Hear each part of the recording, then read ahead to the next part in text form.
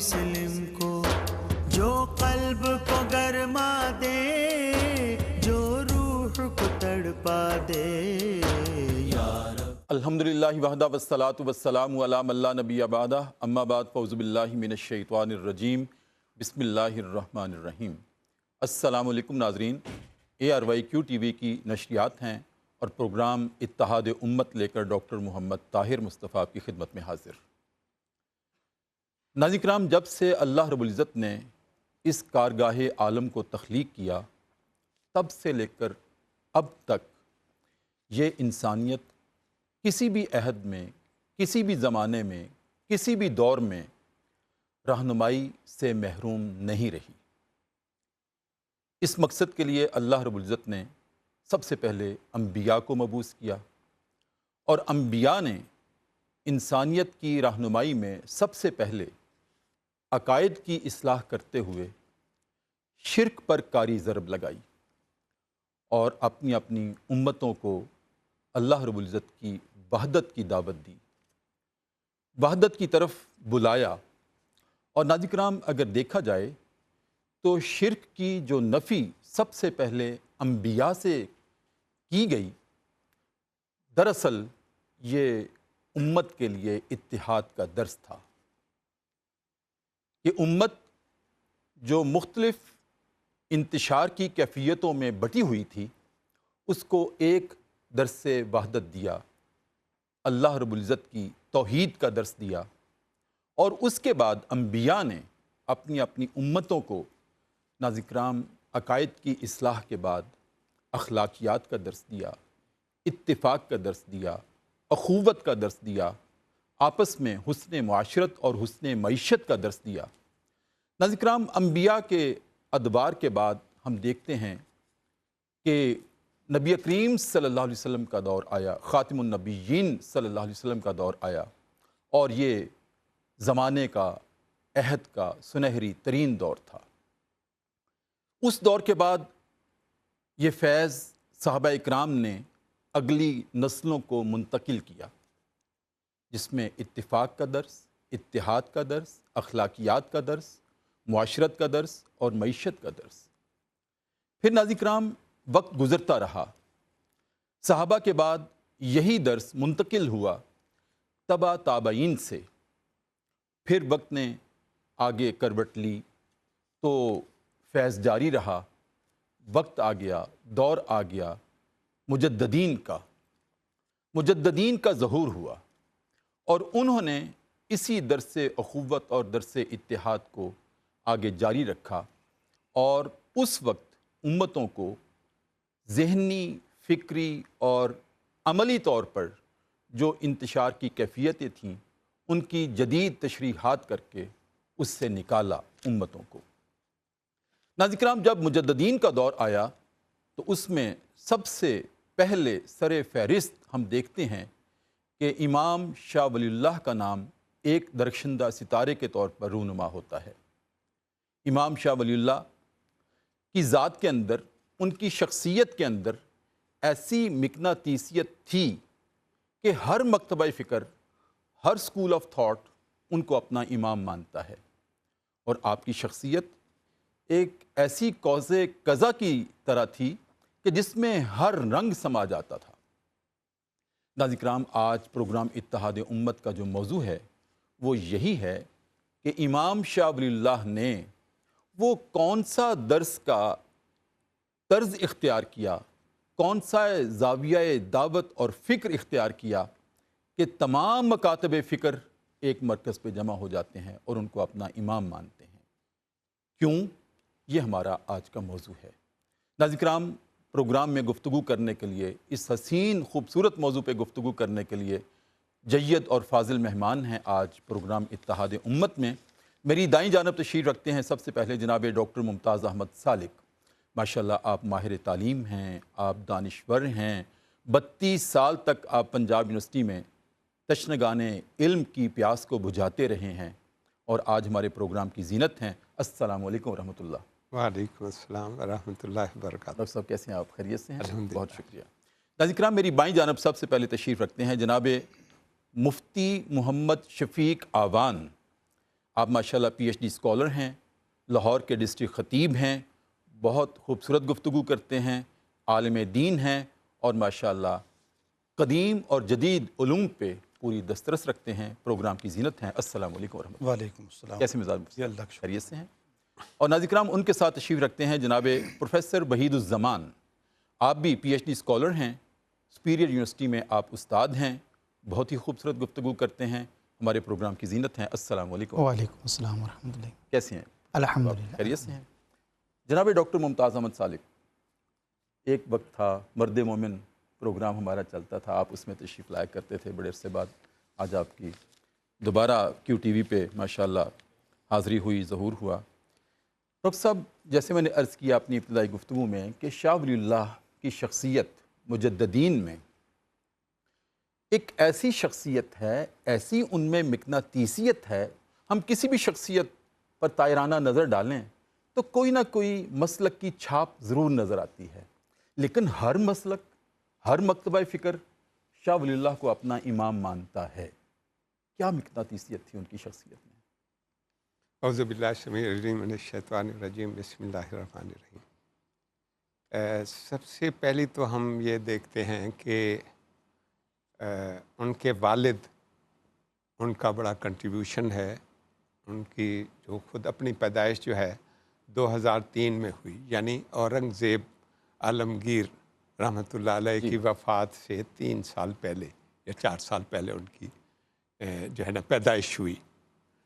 اور ان کے والد بہت بڑے عالم تھے، اور انہوں نے دہلی میں مدرسہ رحیمیہ قائم کیا، اور وہ اس کمیٹی کے ممبر تھے جو اورنگزیب نے تیار کی تھی فتاوی عالمگیری کی تدوین کے لیے، اس کمیٹی کے اہم ممبر تھے۔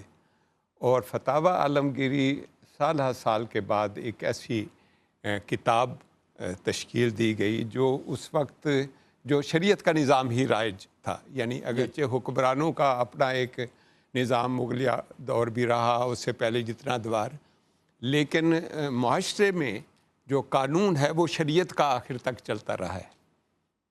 تو وہ ایسی کتاب تھی، ایسا ڈاکومنٹ تھا جس میں کوڈنگ کی گئی اور یہ بتایا گیا کہ تمام مکاتب فکر کے جو لوگ ہیں اور جو ائمہ کرام ہیں ہمارے 5 مسالک کے سمجھ لیں، ان سب سے استفادہ کر کے وہ تیار کی گئی۔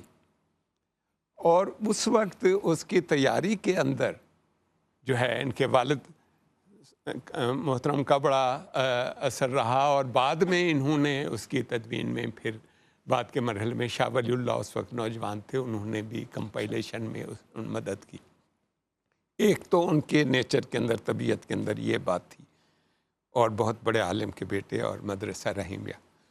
دوسرا یہ ہے کہ ان کے اندر ذہانت، فطانت اتنا تھی کہ بچپن ہی میں انہوں نے قرآن حفظ کرنے کے علاوہ جو اس وقت کے مروجہ علوم تھے، جتنے ادب بھی، منطق بھی، فلسفہ بھی، سارے جو علوم تھے، حدیث، قرآن، اس پر انہوں نے دسترس حاصل کی۔ ایک تو یہ ایک اور وجہ بنی۔ دوسرا یہ ہے کہ جس وقت 30 سال کی عمر میں، اس کا مطلب فیضان نظر بھی تھا اور مکتب کی کرامت بھی تھی۔ تو وہ ادھر جب حج پر گئے تو اس وقت پورے عالم اسلام میں بھی ایک صورتحال ایسی تھی کہ جس میں انہوں نے یہ سوچا کہ اس ملت کو، امت کو اکٹھا کرنے کی ضرورت ہے۔ انہوں نے خواب میں رسول اکرم صلی اللہ علیہ وسلم کو دیکھا، اور انہوں نے نبی کریم صلی اللہ علیہ وسلم نے ارشاد فرمایا کہ آپ کے ذریعے سے لوگوں کے اندر اتفاق اور اتحاد پیدا ہوگا۔ اچھا، تو اس لیے یہ تو ان کی نیچر میں ایک خواب، اس لیے ایک یہ سمجھیں کہ روحانی طور پر بھی ان کو یہ ایک منصب ملا، اور انہوں نے آتے ہی پوری امت کو جوڑنے کے لیے کوشش کی۔ صحیح۔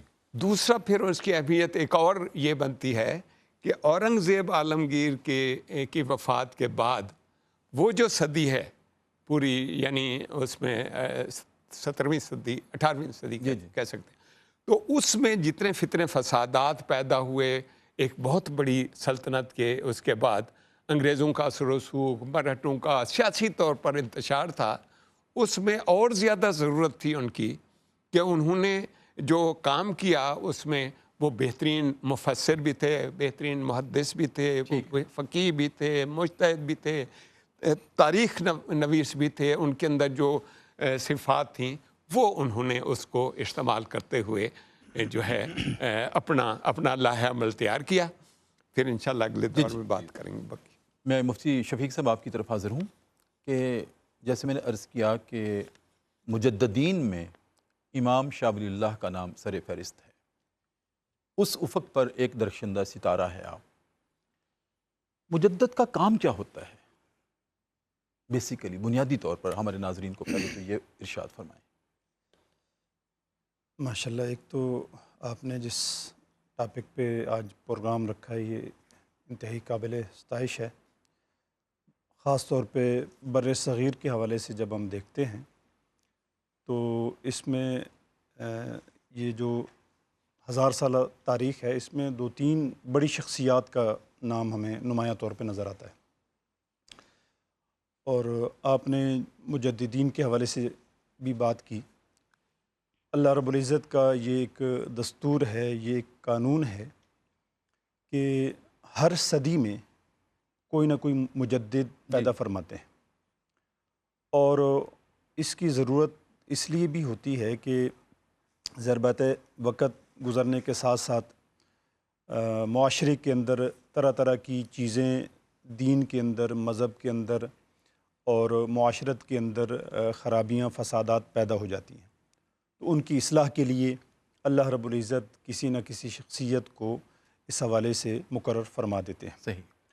حضرت شاہ ولی اللہ رحمہ اللہ تعالی سے پہلے اکبر بادشاہ کے زمانے کے اندر بھی اسی طرح جب دین کے نام پہ خرافات اور طرح طرح کی چیزیں دین میں داخل کرنے کی کوشش کی گئی تو اس وقت اللہ رب العزت نے حضرت مجدد الفسانی رحمہ اللہ تعالی کو جو ہے مقرر فرمایا اللہ رب العزت کی طرف سے. اللہ رب العزت نے ان سے کام لیا اس کی اصلاح کے حوالے سے اور ان خرافات کے اندر جو اس انتشار اور انفشار کو دور کرنے کے حوالے سے. پھر یہ سلطنت اپنا مغل سلطنت کا جب اختتامی زمانہ تھا، جیسے ڈاکٹر صاحب نے اس طرف اشارہ بھی کیا کہ اورنگزیب عالمگیر بادشاہ گویا کہ مغل سلطنت کا آخری ایک درخشندہ ستارہ ہے کہ جن کا دور بڑا روشن ہے. اس کے بعد سمجھ لیں کہ زوال کی بنیاد پڑنا شروع ہو جاتی ہے. حضرت شاہ ولی اللہ رحمہ اللہ تعالی جب تشریف لاتے ہیں، آپ کی پیدائش ہوتی ہے. خاندانی پس منظر کے حوالے سے ڈاکٹر صاحب نے بات کی، لیکن وہ جو زمانہ ہے وہ اسی طرح کی خرافات کا، انتشار کا، زوال کا زمانہ ہے. اور وہ زوال، انتشار ہر قسم کا تھا. خاص طور پہ میں اس حوالے سے جو ہے نا وہ 3 پہلوؤں کے حوالے سے ان کی طرف توجہ دلاؤں گا. جی جی. ایک معاشرتی حوالے سے اور ایک اخلاقی اور اسی طرح جو ہے وہ روحانی حوالے سے اور ایک سیاسی حوالے سے. جہاں تک معاشرتی حوالے سے اخلاقی جو زوال تھا یا ایک انتشار تھا، اس میں یہ تھا کہ دین کے اندر دین کے نام پہ مختلف قسم کی چیزیں داخل کر دی گئیں اور جو ہے وہ بدعات، رسومات جن کو دین کے نام پہ کیا جاتا تھا، ان کی اصلاح کی ضرورت تھی. پھر اس کے ساتھ ساتھ جو ہے سیاسی حوالے سے بھی سلطنت زوال پذیر تھی اور دن بدن جو ہے وہ سلطنت کمزور ہوتی چلی جا رہی تھی. اس حوالے سے مختلف اس کی وجوہات تھیں، مختلف اسباب تھے. ایک یہ بھی تھا کہ جو ہے آپس کے اختلافات، آپس کا جو انتشار ہے، فرقہ واریت ہے، نفرتیں ہیں، اس نے جہاں پہ معاشرتی طور پہ معاشرے کو کمزور کیا، کھوکھلا کیا، سیاسی طور پر بھی سلطنت کو کمزور کیا. چنانچہ اسی کمزوری کو دیکھتے ہوئے جو اغیار تھے انہوں نے حملے کرنا شروع کر دیے، سکھوں کے، مرہٹوں کے، جاٹوں کے حملے، جس کی وجہ سے سلطنت اور زیادہ کمزور ہوتی چلی گئی. اور پھر اسی طرح جو ہے آپ دیکھیں میں ایک بریک لے لوں.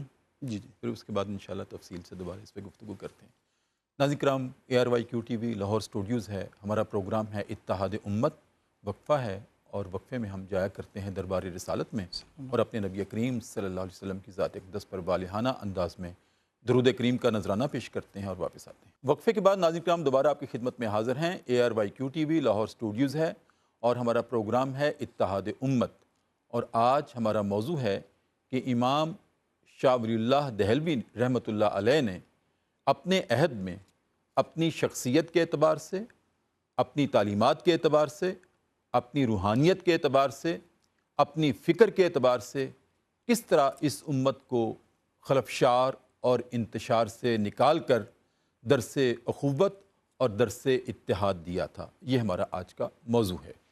جناب پروفیسر وحید الزمان صاحب، ڈاکٹر صاحب نے آغاز کیا اور جناب مفتی شفیق آبان صاحب نے بات کو آگے بڑھایا، اور ہماری بات یہاں پہنچی تھی کہ شاہ ولی اللہ کا جو دور تھا وہ خلفشار کا دور تھا، انتشار کا دور تھا، اور ہر اعتبار سے تھا۔ معاشرت کی بھی چولیں ہل رہی تھیں اور عقائد کی، نظریات کی چولیں بھی ہل رہی تھیں۔ شاہ صاحب نے کس طرح سے اس وقت امت کو انتشار سے نکالا، اور ایسا کون سا گلدستہ آپ نے پیش کیا امت کو کہ جس کی خوشبو سے ہر مکتبہ فکر اور انسانیت کا ہر طبقہ اس سے معطر ہوا؟ بسم اللہ الرحمن الرحیم۔ رب اشرح لی صدری ویسر لی امری واحلل عقدۃ من لسانی یفقہوا قولی۔ ڈاکٹر صاحب بہت بہت شکریہ۔ جس طرح قبلہ استاد محترم بھی شاہ فرما رہے تھے کہ فتاوی الہندیہ المعروف فتاوی عالمگیری، اس میں آپ بھی شامل رہے، آپ کے والد گرامی بھی شامل رہے، اور انہی کے ہم پلہ ملا نظام الدین سہالوی جنہوں نے اس کی ابتدا کی، ان کے برادر اکبر بھی شامل رہے اس میں۔ وہ ایک ایسا قانون تھا، لیکن سوال یہ ہے کہ یہ جو انتشار ہے یہ شاہ ولی اللہ صاحب کے دور میں کیوں آتا ہے؟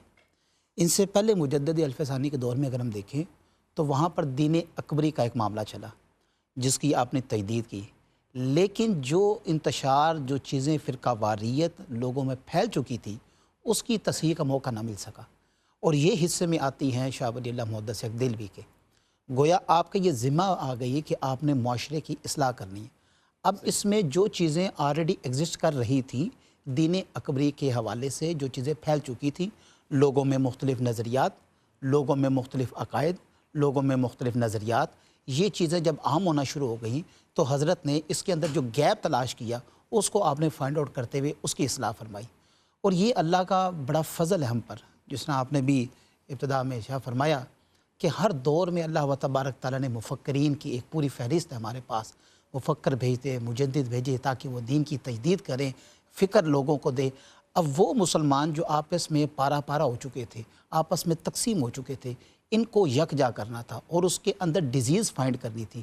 وہ ڈیزیز جو فائنڈ کرنی ہے نا، وہ شاہ ولی اللہ صاحب نے کی۔ اس میں سب سے پہلا جو ہمارے اندر ایک آپ سمجھ لیں کہ ایک نقطہ ایسا موجود تھا، فرقہ واریت کے جس بنا کے اوپر ہم اکٹھے نہیں ہو پا رہے تھے۔ شاہ ولی اللہ محدث دہلوی نے سب سے پہلے تو اختلاف کی وجوہات تلاش کی۔ لیٹس سپوز اس میں سب سے پہلے ایک بڑی بنیادی وجہ ہمارے پاس یہ ہے کہ ہم کسی کا اعتراض سننا نہیں چاہتے۔ اب سب سے پہلے آپ نے فرمایا کہ اختلاف رحمت ہے، زحمت نہیں ہے۔ ہاں، تعصب رکھنا حرام ہے، تعصب نہیں رکھ سکتے آپ۔ گویا میری ایک رائے ہے ذاتی، اور اس رائے کو آپ نہ تسلیم کریں، اور اس کے لیے آپ نے جو اصول وضع کیا وہ اصول تھا پہلی، دوسری، تیسری اور چوتھی صدی کا۔ آپ نے فرمایا ان صدی کو اٹھایا جائے گا، یہاں تک ہم اصولی اختلاف لیں گے، فقہی اختلاف کو لیں گے۔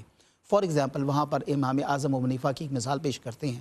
آپ فرماتے ہیں کہ آپ کے شاگرد رشیس امام ابو یوسف، آپ نے اپنے استاد گرامی سے اختلاف کیا ہے، لیکن اس اختلاف کی ذرا خوبصورتی دیکھیں کیا ہے، استاد کی رائے کو پیش کرتے ہیں اور نیچے فرماتے ہیں کہ میری رائے یہ ہے۔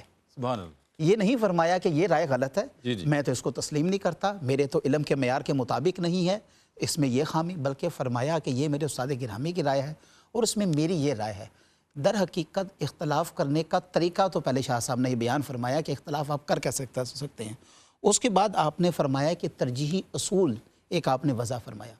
ترجیحی اصول یہ ہے کہ دو فقہا کی رائے سامنے آ جائیں تو کس کو دیکھا جائے گا؟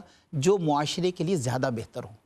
اس میں پھر اپنی پسند اور ناپسند کو نہیں دیکھا جائے گا، بلکہ جس میں عوام کا زیادہ فائدہ ہوگا اس کو ترجیح دی جائے گی۔ یہ دوسرا آپ نے اصول وضع فرمایا۔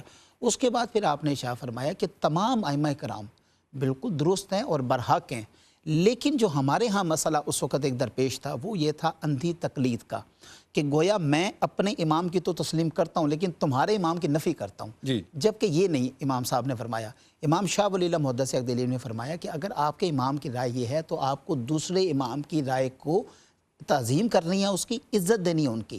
یہ نہیں کہ اگر آپ کے امام کی یہ رائے ہے تو بس دوسرے امام کی رائے کو بالکل آپ رفع کر دیں، ایسا نہیں ہوگا۔ سب کو سامنے رکھتے ہوئے اندھی تقلید سے بچنے کا آپ نے بیان فرمایا، اور یہ فرمایا کہ آپ دیکھیں کہ کس طرح آپ نے اپنی جو پوری ایک کیٹیگری ہے، پوری اپنے ایک مسئلے کی چیز ہے، اس کو لے کے آگے کیسے چلنا ہے۔ ٹھیک ہے، بہت خوبصورت آپ نے خاص طور پہ جو شاہ صاحب کے دور میں فقہی اختلافات اور فقہی انتشار تھا اور اس پر شاہ صاحب نے کس طرح سے قابو پایا، کس طرح سے امت کو نکالا، بہت خوبصورت آپ نے روشنی ڈالی۔ ڈاکٹر صاحب، فقہی انتشار کے ساتھ ساتھ ہم دیکھتے ہیں کہ شاہ صاحب کے دور میں معاشرتی اور معاشی انتشار بھی تھے، اس کا سدباب امام شاہ ولی اللہ نے کیسے کیا، ایک تو میں امت کو وحدت کا درس ملا؟ ایک میں یہ ذرا تھوڑی سی کوٹیشن ان کی میں نوٹ کرتا ہوں۔ انہوں نے کتاب لکھی ہے جو سب اختلافات کو فقہی لحاظ سے ختم کرنے کی، الانصاف فی سبب الاختلاف، اس کا ترجمہ بھی اردو میں موجود ہے، اور اس میں انہوں نے جن صحابہ کرام، اس وقت ابھی دیوبندی بریلوی اور یہ تو نہیں نکلے تھے، جی اس وقت شاہ ولی اللہ رحمۃ اللہ علیہ، یہ بعد کی بات ہے، لیکن اس وقت جو تھے اماموں کے حساب سے زیادہ تھا، حنفی، شافعی، مالکی، یہ اختلاف جو ہے پائے جاتے تھے، اور ان مکتبہ فکر کی ہر کوئی جو نتھی ہوتا تھا ان کے ساتھ۔ تو اس کے لیے انہوں نے جو اقوال نقل کیے ہیں وہ ذرا مختصر سامعین کے لیے میں پیش کروں گا۔ وہ امام احمد بن حنبل کا یہ کہنا ہے، نقل کیا ہے اس کتاب میں، کہ نہ میری تقلید کرو، نہ مالک، نہ دوسروں کی، بلکہ تم جو ہے قرآن اور سنت کی پیروی کرو اور وہاں سے احکامات لو۔ یہ امام احمد بن حنبل کا نقل کیا ہے انہوں نے قول۔ اسی طرح امام ابو حنیفہ کا یہ کہنا ہے کہ میرے کلام پر فتویٰ دینا اس کے لیے مناسب نہیں ہے جو میری دلیل سے واقف نہ ہو۔ اس سے بہت سارے کہتے ہیں کہ ہاں جی ان کے پاس کیسے ہو سکتا، وہ تو کلی علم کا شمار کر کے تو مختلف کرتے ہیں۔ انہوں نے کہا کہ جو میری دلیل سے واقف نہ ہو وہ میرے اس پر فتویٰ نہ دے۔ اور جس طرح انہوں نے بتایا ہے کہ صاحبین امام ابو یوسف اور وہ خود ان سے اگر وہ اختلاف کر سکتے تھے تو یہ ہر کسی کو یہ ہے، اور امام ابو حنیفہ جو ہے اس بارے میں یہ فرماتے ہیں۔ ایک اور امام شافعی کا انہوں نے قول نقل کیا ہے کہ وہ کہتے ہیں کہ جس بارے میں صحیح حدیث موجود ہو وہی میرا مذہب ہے، اور یہ اس لیے کہا ہے کہ جو بھی اگر، کیونکہ ہم یہ سمجھتے ہیں کہ شاید اس زمانے میں آج کل جتنا موبائل کھولیں تو مکتبہ شاملہ بھی ہے، ساری احادیث، اور اس وقت ایسا دور تھا کہ ایک حدیث کے لیے لوگ اکٹھے ہو رہے تھے، ہر حدیث کا پتہ نہیں ہو سکتا تھا۔ حضرت عمر فاروق کو مثلا یہ سلام کے بارے میں حدیث کا وہ پتہ نہیں تھا، تو اس لیے یہ ہو سکتا ہے یہ گمان کرنا کہ جو کچھ انہوں نے اختیار، تو انہوں نے سیدھا ہی اپنا یہ کہہ دیا ہے کہ بھی جو حدیث ہو، حدیث صحیح مل جائے تو وہی میرا موقف ہے، یہ امام شافعی کہتے ہیں۔ امام مالک کہتے ہیں کہ سوائے رسول اللہ کے کوئی شخص ایسا نہیں جس کے کلام میں کچھ حاصل کرنے اور کچھ مسترد کرنے کے قابل نہ ہو، یعنی اس لیے کتاب و سنت یہاں ہم نے بھی فرمایا ہے۔ ہمارا مسئلہ ہے یہ کہ جو اختلافات آج بھی جو ہوتے ہیں وہ ہم کچھ شخصیتوں کو ایسا آئیڈیل قرار دیتے ہیں، ہم اسلام کو بھی، قرآن کو بھی، مسائل کو بھی ان کے ذریعے سے سمجھنا چاہتے ہیں، اور کبھی یہ نہیں دیکھتے کہ بھی ان کی دلیل کیا ہے۔ ہم جس چیز پر، ہمارا اپنا عوام کا بھی یہ قصور ہے کہ ہم جس چیز پر چپکے سے عمل کیے جاتے ہیں کبھی اس کے بارے میں دلیل کی پتہ کرنے کی بھی کوشش نہیں کی. بالکل ایسے.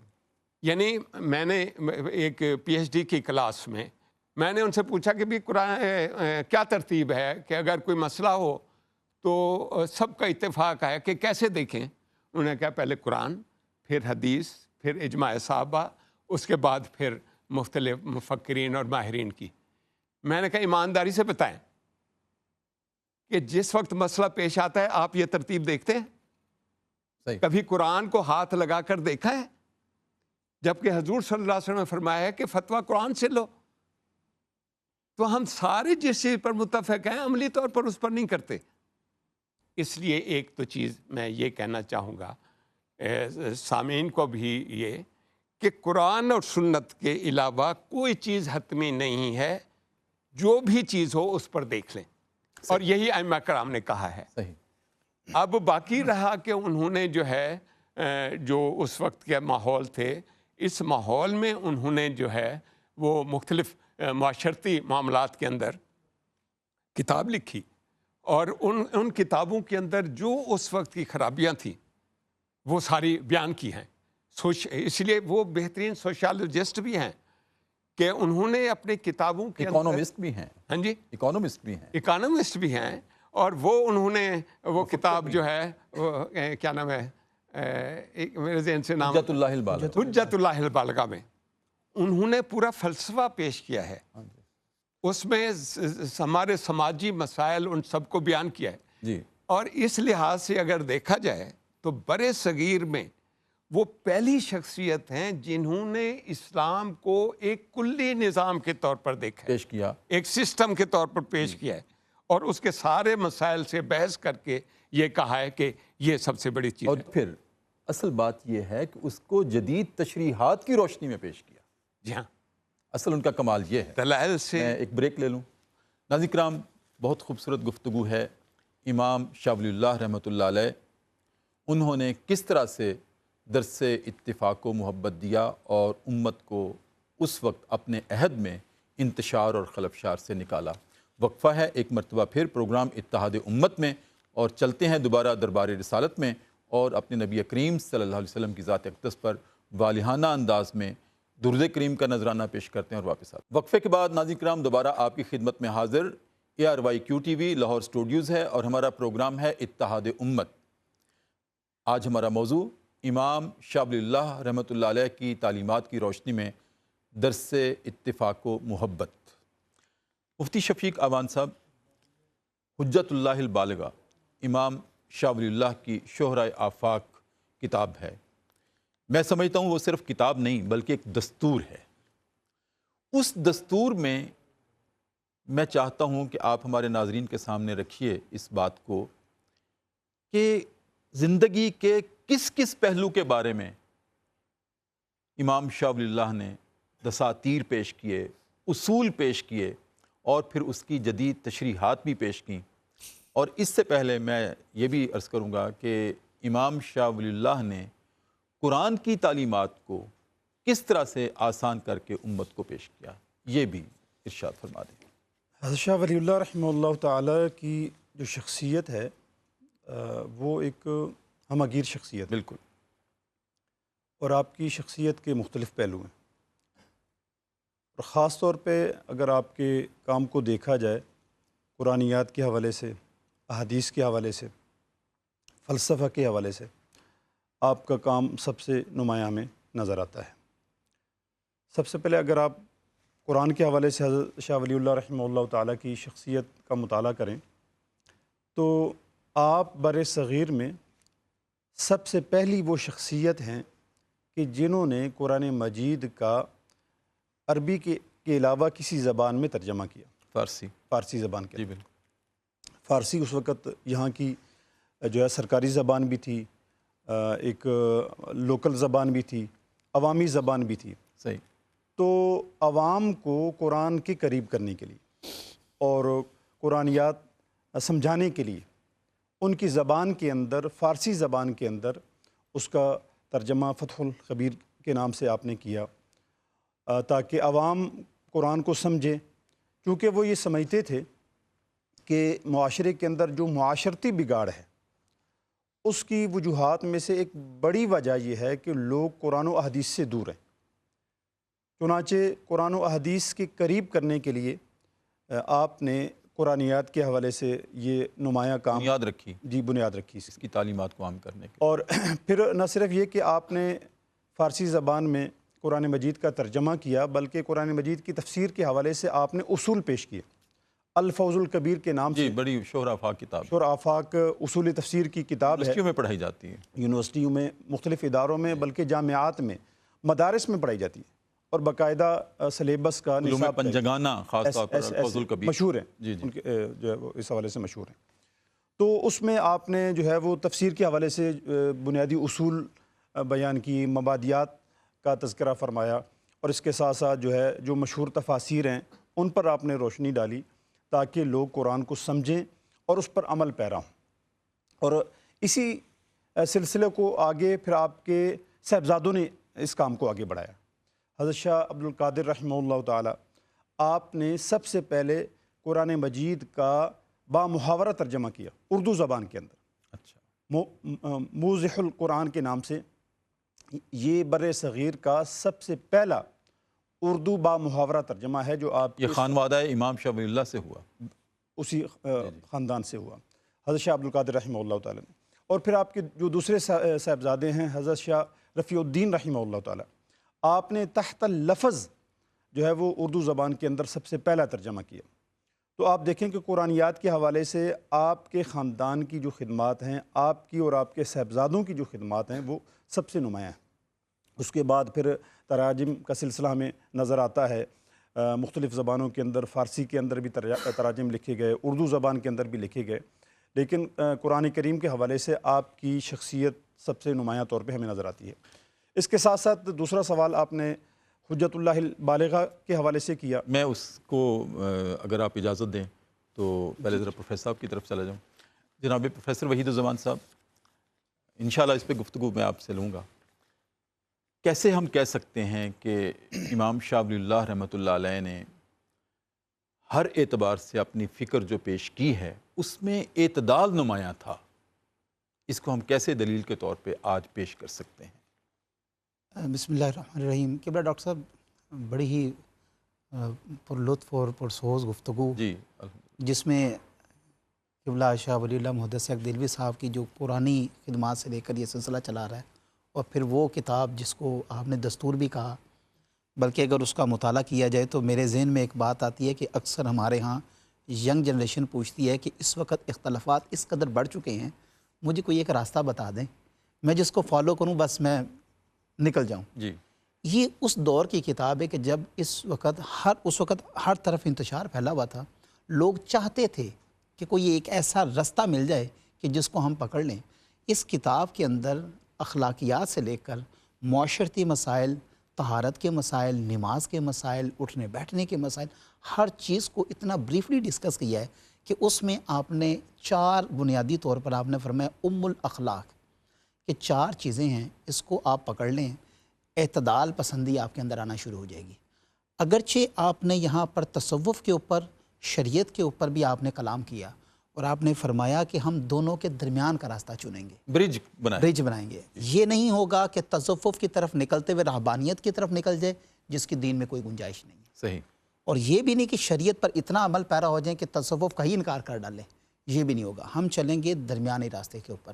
اور دوسرا جو آپ نے ارشاد فرمایا فقہی اختلافات کے اوپر، جس طرح قبلہ استاد محترم ارشاد فرما رہے تھے کہ یہ دروازہ کھلا رہنے دینا چاہیے، کہ اختلاف، اصولی اختلاف یہ بالکل جائز ہے اور درست ہے، اور امام نے سب سے پہلے تو اس میں فرمایا کہ اعتدال پسندی ہوگی۔ آپ نے جو الاخلاق کے حوالے سے 4 چیزیں ارشاد فرمائی، آپ فرماتے سب سے پہلے قوت شہوانی، قوت غضبی اور قوت وہمی، قوت عقلی۔ ان 4 چیزوں کے اندر آپ نے اعتدال پسندی کرنی ہے۔ سب سے پہلے آپ کہتے ہیں قوت شہوانی، جو کھانے پینے کے حوالے سے ہے، جو بلا ضرورت کھانا ہے، خلاف شاہ ولی اللہ کے اس فلسفہ ارتفاقات کی طرف بالکل اس طرف ہی۔ تو آپ فرماتے ہیں کہ اگر آپ کھانے پینے پہ اعتدال رکھتے ہیں نا، تو اس سے ایک جو سب سے بڑی طاقت آپ کے پاس آتی ہے وہ قوت طہارت آتی ہے۔ اسی طرح آپ آگے چلتے ہیں، جب قوت غضبی کے اوپر آپ قابو پاتے ہیں نا، وہ حدیث پاک میں بھی ہے نا، اصل طاقتور وہ ہے جو اپنے غصے پر قابو پر پائے۔ اس کا مطلب ہے جب آپ اس طاقت کو آپ حاصل کرتے ہیں تو آپ کے پاس شجاعت اور بہادری آ جاتی ہے۔ اسی طرح قوت وہمی اور قوت عقلی کے اوپر آپ اشارہ فرماتے ہیں کہ جب آپ حق اور باطل کے اندر تمیز کرنا شروع کر دیتے ہیں، اس کا مطلب ہے کہ پھر آپ عقل کا صحیح استعمال کر رہے ہیں، بلا ضرورت یا بلا ضرورت آپ کسی کے اوپر اعتراضات نہیں کرتے۔ اختلافات کا دروازہ کھولا ہے، لیکن کیا اختلافات کرنا کس طرح ہیں، اس کے آداب اور مینر آپ نے سکھائے۔ اور آخر میں جو سب سے بڑی بات اس وقت کی جو میں سمجھتا ہوں لیکیج تھی جو یہاں پر، وہ تھا سیاسی پروٹوکول، کہ مسلمان سیاست کو بالکل الگ کر کے بیٹھ گئے تھے۔ وہ سمجھتے تھے ہمارا سیاست سے کوئی تعلق نہیں ہے۔ شاہ ولی اللہ محدث جبکہ دہلوی جدا ہو دین سیاست سے تو رہ جاتی ہے جنگیزی۔ آپ نے یہ فرمایا بھی یہ کیسے ممکن ہے؟ آپ نے اس طرف توجہ دلائی کہ اگر آپ نے سیاست کرنی تو اس میں اعتدال پسندی کیا ہے، مقاصد کیا ہوں گے۔ آپ نے وہاں پر ایک روحانی جمہوریت کا ایک تصور پیش کیا جو ہمیں ان کی کتب میں ملتا ہے۔ اچھا، اس کے بعد ایک سب سے بڑی بات جو آپ نے ظاہر اور باطن ان دو چیزوں کے اوپر بڑی توجہ دی، یعنی کہ آپ نے ٹوٹل یہ بھی نہیں فرمایا کہ سارے انسان اپنے ظاہری کی طرف توجہ دیں، بلکہ آپ نے یہ جو اصول وضع فرمائے ہیں، جو اصول اخلاقی جن کے 4 اصول یا الاخلاق کے حوالے سے آپ نے اپنی کتاب میں نقل فرمایا، اس حوالے سے آپ فرماتے ہیں کہ آپ نے باطن کے اوپر بھی کام کرنا ہے۔ گویا یہ وہ دور تھا کہ یا تو آدھے لوگ تصوف کی طرف اس حد تک نکل چکے تھے کہ وہ شریعت کا دامن چھوڑے جا رہے تھے، اور کچھ لوگ شریعت پر اتنا چل پڑے آپ تھے نے اعتدال کی راہ اختیار کی۔ ایسا اعتدال کا آپ نے سب کو جمع پیرامیٹر کر دے دیا، ایک پورا کہتے ہیں چارٹر دے دیا کہ یہ آپ کے پاس چارٹ ہے، فقہ کے حوالے سے ہو، فقہ کے حوالے سے ہو، چاہے وہ تصوف کے حوالے سے ہو، وہ شریعت کے حوالے سے ہو، وہ ظاہر و باطن کے حوالے سے ہو، ہر حوالے سے آپ نے اس کو بالکل ٹھیک۔ جامع فرما دیا۔ ڈاکٹر صاحب، پروگرام کے آخری لمحات ہیں، میں چاہتا ہوں پیغام کے طور پر آپ یہ ارشاد فرمائیں کہ ہم آج کی نسل کو امام شاہ ولی اللہ کی تعلیمات سے کیسے آشنا کر سکتے ہیں؟ آشنا کرنے کے لیے تو کتابیں پڑھنی پڑیں گی، اور ان کا پیغام یہی ہے کہ اصل کی طرف جائیں، رجوع کریں۔ انہوں نے باقاعدہ یہ 2 چیزوں کی نشاندہی کی، یہ خرابی کے اسباب میں سے اس کو دیکھیں۔ یہ سیاست میں ملوکیت، انہوں نے کہا یہ تباہی کا ذریعہ ہے، ملوکیت نظام یہ صحیح نظام نہیں ہے، اور اس کی بجائے سوشل جمہوریت اور لوگوں کے اتفاق اور اتحاد اور اس کے ذریعے سے بننی چاہیے۔ اور دوسرا جو ہے مذہبی طور پر انہوں نے تقلید جامد، انہوں نے کہا یہ وجہ ہے۔ اس لیے انہوں نے اجتہادی ذرائع کے ذریعے سے سمجھانے کی کوشش کی۔ انہوں نے فیوز الحرمین میں انہوں نے سارے طبقات کو مخاطب کر کے یہ کہا کہ پیرزادوں کو کہا کہ تمہاری کیا کیا خرابیاں ہیں، مادہ پرستی، لالچ، اور کس وجہ سے تم کرتے ہو۔ علماء کو سب سے زیادہ مخاطب کیا کہ تم نظری بحثوں میں پڑھتے رہتے ہو اور اس میں کر رہے ہو۔ اسی طرح حکمرانوں کے کہا کہ تم جو ہے مادہ پرستی میں، لالچ میں، حرص میں، جبر میں، ان نے سارے طبقات کو ایک تو وہ کیا۔ جو سب سے بڑا مسئلہ ہے آج کل کے اگر اس میں کہیں، اور وہ ازالۃ الخفا میں انہوں نے اس پر ڈسکس کیا ہے۔ ایک تو یہ سامنے رکھنے والی ہے کہ والدہ کی طرف سے وہ امام کاظم سے ان کا شجرہ نسب ملتا ہے، اور والد کی طرف سے حضرت عمر فاروق سے ملتا ہے۔ سبحان اللہ، سبحان اللہ۔ اس لیے انہوں نے جو ہے نا اس میں یہ کوشش کی کہ بھی یہ ازالۃ الخفا میں وہ مستند احادیث کے ذریعے ثابت کیا کہ بعین ہی یہ اسی ترتیب سے خلافت نافذ ہوئی ہے جس طریقے پر حضور صلی اللہ علیہ وسلم کے ارشادات ہیں۔ اس لیے انہوں نے کہا ہے کہ یہ بعین ہی اسی ترتیب سے ہے۔ اس سے بعد میں اگر جو اختلاف پیدا ہوا تو اس میں بھی انہوں نے یہ ایک بتایا ہے کہ جس زمانے کے لوگ ہیں انہوں نے جن کو منتخب کیا وہی ذمہ دار ہوتے ہیں، وہی انہی کو حق ہے۔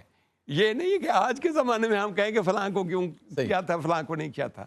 اس لیے یہ شیعہ سنی سمیت سارے جو مختلف بعد میں مکاتب پیدا ہوئے ہیں، انہوں نے سب کو یہی کہا ہے کہ دین کے ساتھ جڑیں، اسلام کے احکام پر عمل کریں، اور انفرادی احکام پر نہیں بلکہ ایک ریاستی نظام کے طور پر اس کو اختیار کرنا چاہیے۔ بالکل ٹھیک۔ مفتی صاحب، میں چاہتا تو تھا کہ حجت اللہ البالغہ پر تفصیلی گفتگو آپ سے کرتے ہیں، انشاءاللہ پھر کسی موقع پر صحیح۔ پروگرام کا وقت ختم ہو رہا ہے۔ خوبصورت گفتگو پر آپ کا بہت شکریہ جناب پروفیسر وحید الزمان صاحب، آپ کی آمد پر بہت شکریہ۔ ڈاکٹر صاحب بہت شکریہ۔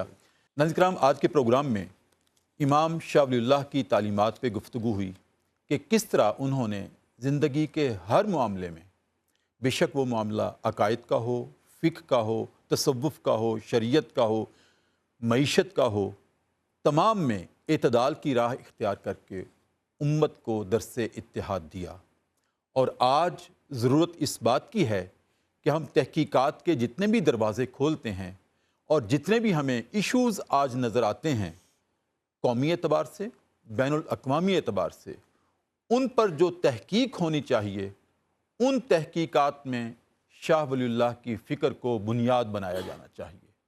تب ہم آج بھی اس خلفشار سے اور فقہی انتشار سے نکل سکتے ہیں جس طرح امام شاہ ولی اللہ نے اپنے دور میں امت کو نکالا تھا۔ ناظرین کرام، اسی کے ساتھ ہمارا آج کا پروگرام اپنے اختتام کو پہنچتا ہے۔